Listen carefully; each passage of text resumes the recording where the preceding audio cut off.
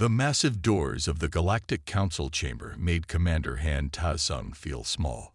He stood straight in his Black Earth Defense Force uniform, watching his reflection in the polished metal. The silver stars on his collar caught the blue light from above. His gray hair and the dark circles under his eyes showed how tired he was. 2 alien guards stood next to him. They were tall beings with blue skin and 4 arms each. They didn't speak, but Han could feel them watching him closely. He didn't blame them. After what happened in the war, many aliens saw humans as dangerous. "The Council will see you now," said a soft voice from a speaker above. The huge doors slowly opened with a low sound. Han took a deep breath and walked inside. The council chamber was a giant round room. Rows of seats went up high like a bowl, and each seat held a different kind of alien. Some looked almost human. Others were very different. Some were made of light, some looked like giant insects, and others were floating clouds of gas. In the middle of the room was a single metal platform. A bright light shone down on it.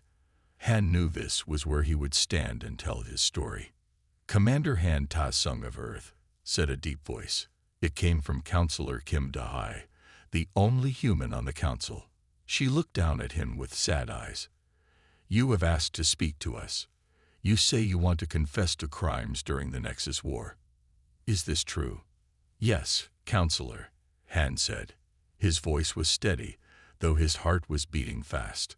"I have come to tell the full truth about what we did, about the weapon we used, about why we used it." Whispers filled the chamber. Many council members had lost friends or allies when Earth used its mysterious weapon against the Nexus Collective. Some wanted revenge. Others just wanted answers. Han remembered the day everything changed. He could still see Admiral Yoon's face when they first learned what the weapon could do. He remembered Captain Choi's horror when they tested it. Most of all, he remembered giving the order to use it, knowing what would happen. "Before you begin," said another council member, a tall being made of crystal, "know that your words will be recorded. They will become part of galactic history. Are you prepared for this?" Han nodded. "Yes.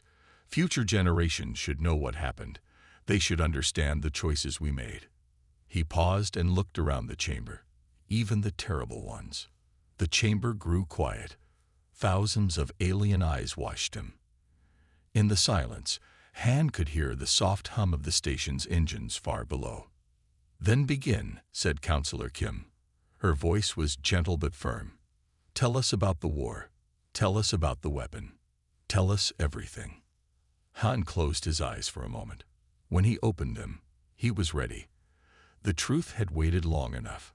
It was time for the galaxy to know what really happened during humanity's darkest hour. "It started," he said, "with first contact." Han's voice echoed in the council chamber as he began his story. "We first saw their ships on our long-range scanners.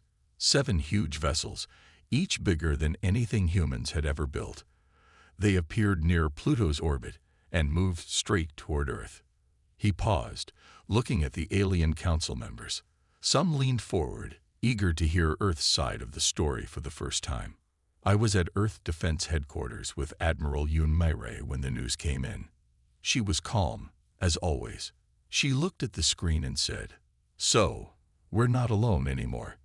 The memory was clear in Han's mind.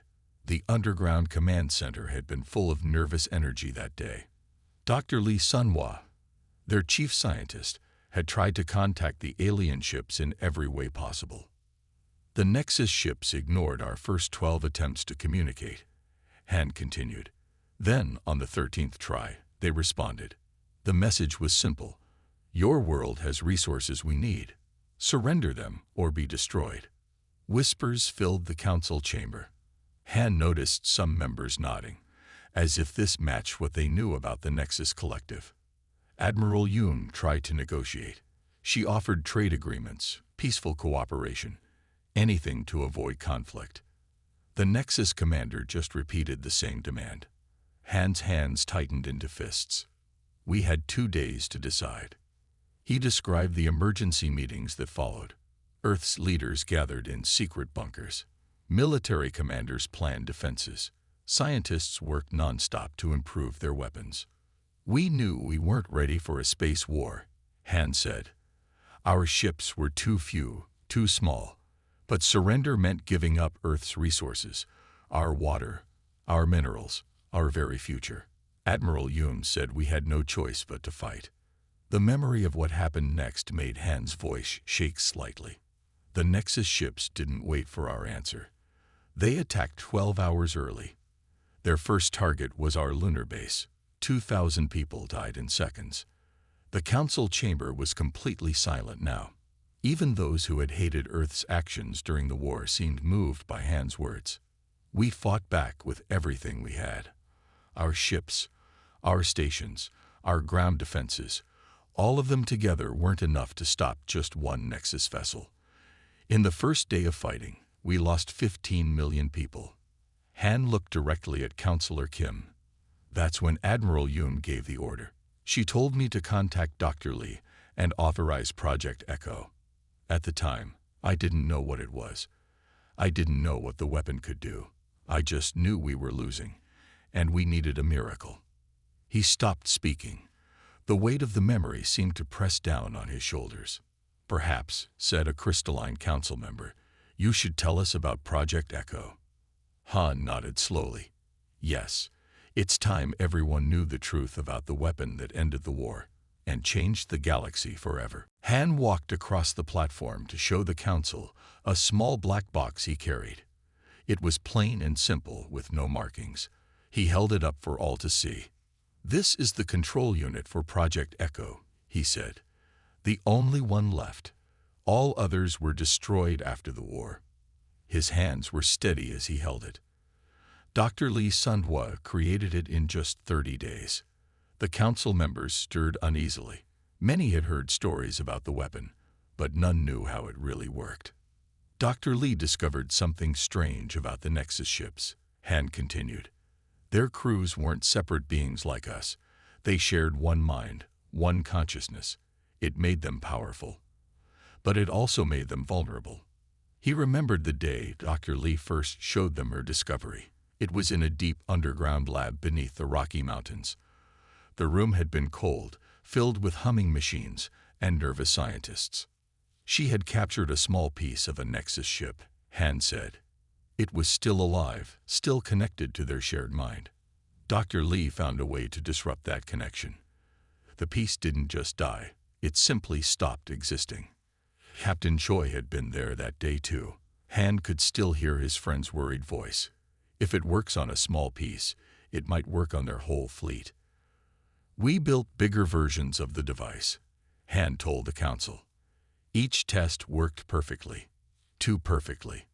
The weapon didn't just kill, it erased. It broke the connection that made the Nexus what they were.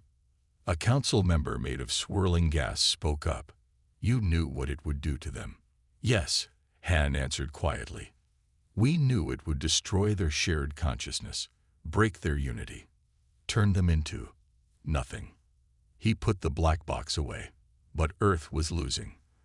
The Nexus had destroyed our moon base, our orbital stations, and most of our cities. We had no choice. Dr. Lee had cried when they decided to use the weapon. She had created it to save Earth, but the power to erase consciousness itself was too horrible to face. Admiral Yoon gave the final order, Han said. But she made me responsible for using it. She said someone had to carry the burden of what we were about to do.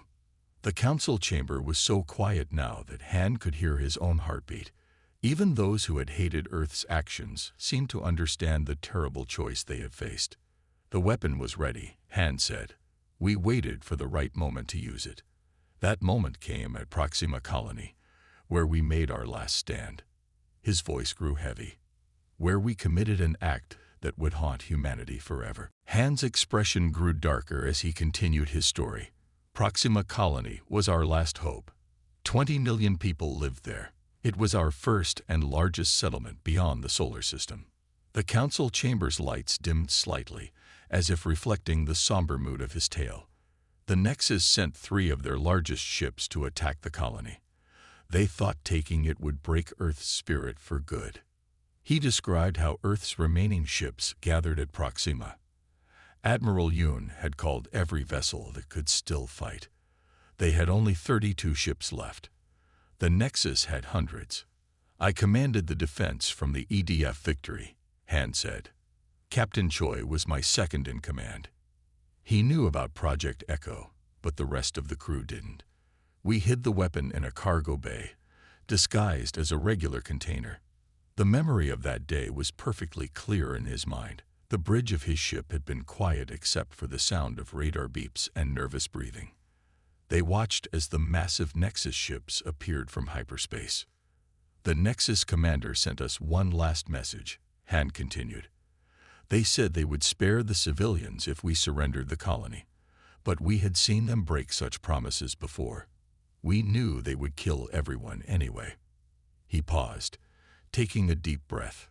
The battle began at 600 Earth Standard Time. In the first hour, we lost 12 ships. The Nexus barely noticed our weapons. Their shields were too strong. Several council members leaned forward as Han described the fight.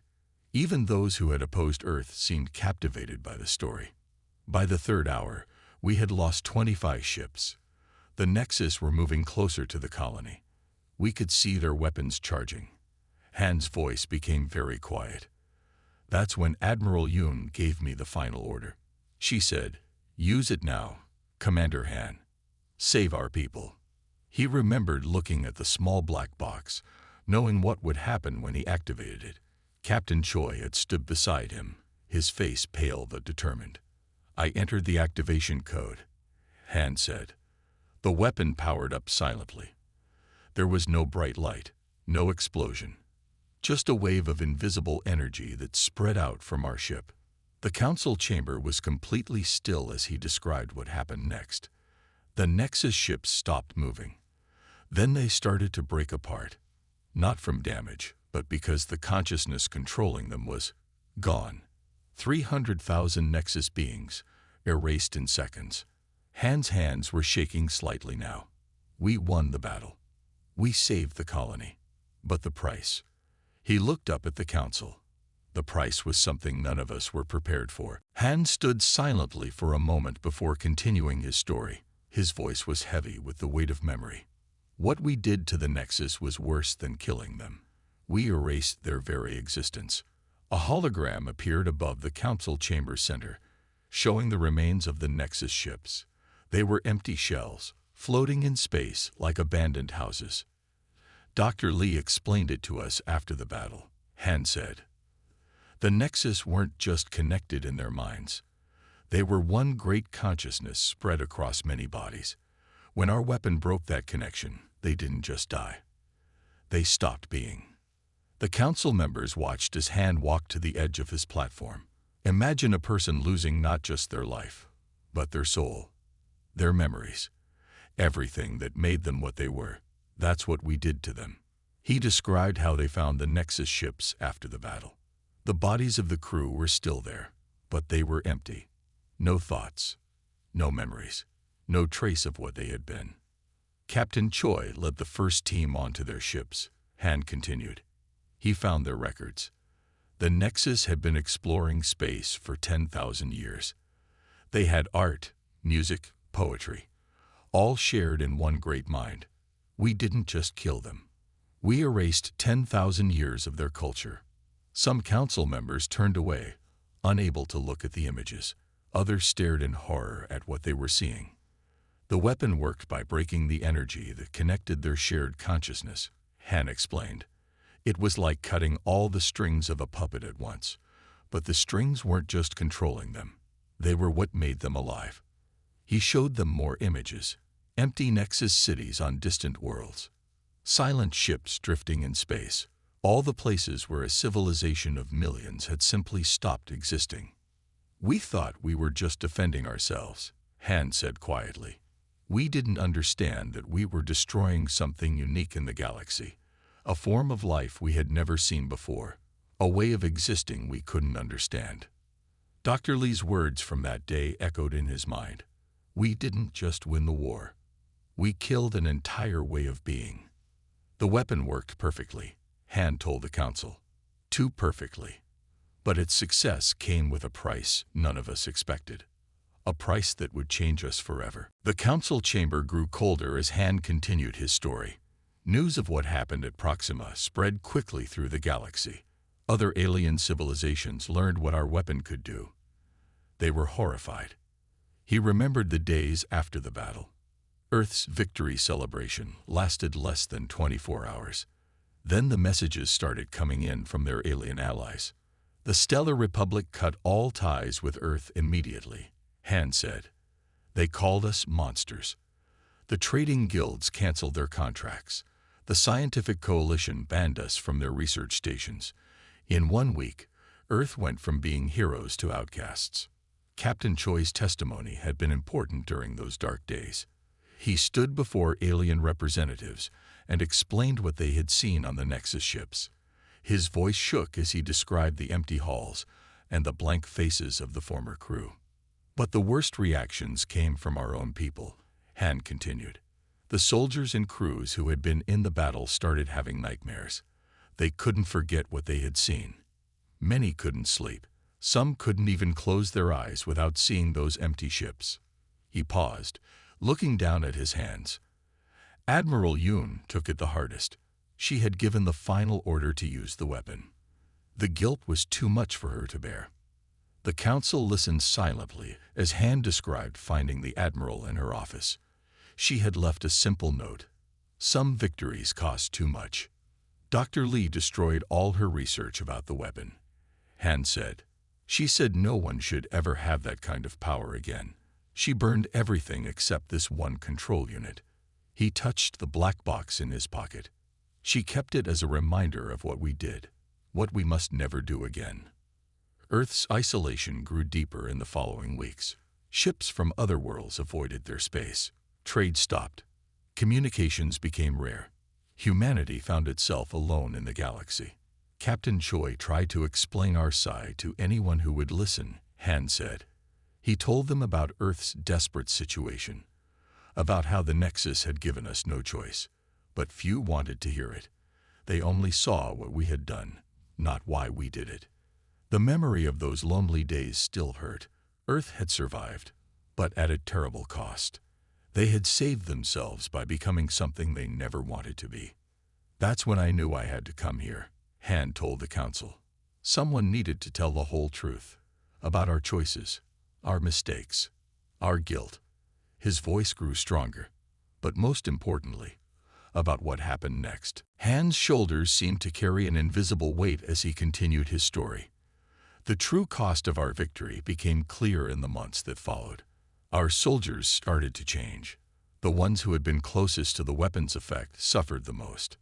He described how the medical centers filled with military personnel. They came with strange symptoms that no doctor could explain.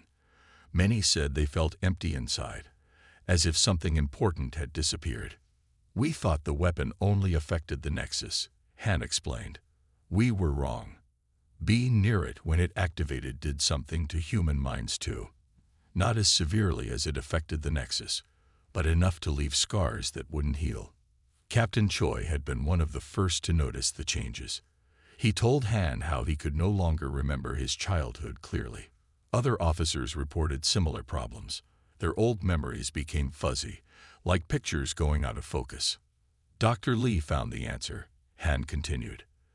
The weapon didn't just break the Nexus consciousness, it weakened all consciousness nearby. Every human mind that was close to it lost something. Some lost memories. Others lost their sense of self. A few lost their ability to feel emotions. The council chamber was completely silent as Han described what happened to his friend, Captain Choi. He forgot his wife's face. He could remember that he was married, that he loved her, but he couldn't picture her anymore. The weapon had taken that from him. Han pulled out an old photograph from his pocket. It showed Admiral Yoon's funeral. The ceremony had been small, with only a few officers attending. We couldn't tell people why she really died. How could we explain that victory had broken her spirit so completely? The Earth Defense Force changed after that. Many soldiers resigned. Others requested transfers to distant posts where they could be alone. The weight of what they had done was too heavy to carry in normal society. I stayed, Han said. I had to.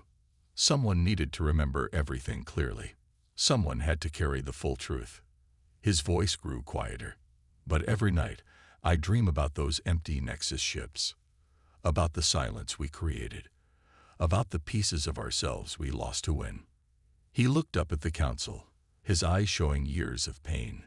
We won the war. We saved Earth. But the price wasn't just what we did to the Nexus. It was what we did to ourselves. The council chamber remained silent for several long moments after Han finished his story. The black box sat on the platform beside him, a small thing that had changed the galaxy forever. Counselor Kim De-hai spoke first. Commander Han, you came here voluntarily to confess these actions. What punishment do you think humanity deserves? Han looked at the box, then back at the council. We've already punished ourselves more than anyone else could. Every day we live with what we did. That's our sentence. To remember forever. A council member made of crystal light stood up. But you saved your people. The Nexus would have destroyed Earth. How can we judge you for choosing survival? Perhaps, Han replied, the judgment isn't about whether we had the right to survive. It's about what we're willing to become in order to survive. He picked up the black box again. We created something that could erase consciousness itself. We became the thing we feared most. Captain Choi entered the chamber then. He walked with a slight limp, one of the many marks the weapon had left on its users. He stood beside Han, his face showing the same deep tiredness. I asked the council to understand something, Choi said. We're not here to defend what we did. We're here because the galaxy needs to know the full truth, so nothing like this ever happens again. Counselor Kim stood, her voice carrying through the chamber. The council has heard Earth's confession. Now we must decide how to move forward. Can we trust a species capable of creating such a weapon? Can we welcome them back into galactic society? Han looked at all the alien faces around him. Some showed fear, others showed anger. But in many, he saw something new, understanding. We can't undo what we did, Han said. But we can learn from it. Earth has destroyed all research about consciousness weapons. We've made laws against ever creating such things again. We understand now that survival means nothing if we lose our humanity in the process. The council members began to talk among themselves. Their voices filled the chamber with a low hum. Han and Choi stood quietly, waiting. Finally, Counselor Kim spoke again. Commander Han, Captain Choi, you may leave. The council will discuss what we have heard. But know this, your honesty today has done more to heal the galaxy's wounds than any punishment could. As they walked out of the chamber, Han felt lighter. The truth had been told. The burden had been shared. And perhaps, just perhaps, humanity could find its way back from the dark path they had chosen in their desperate hour.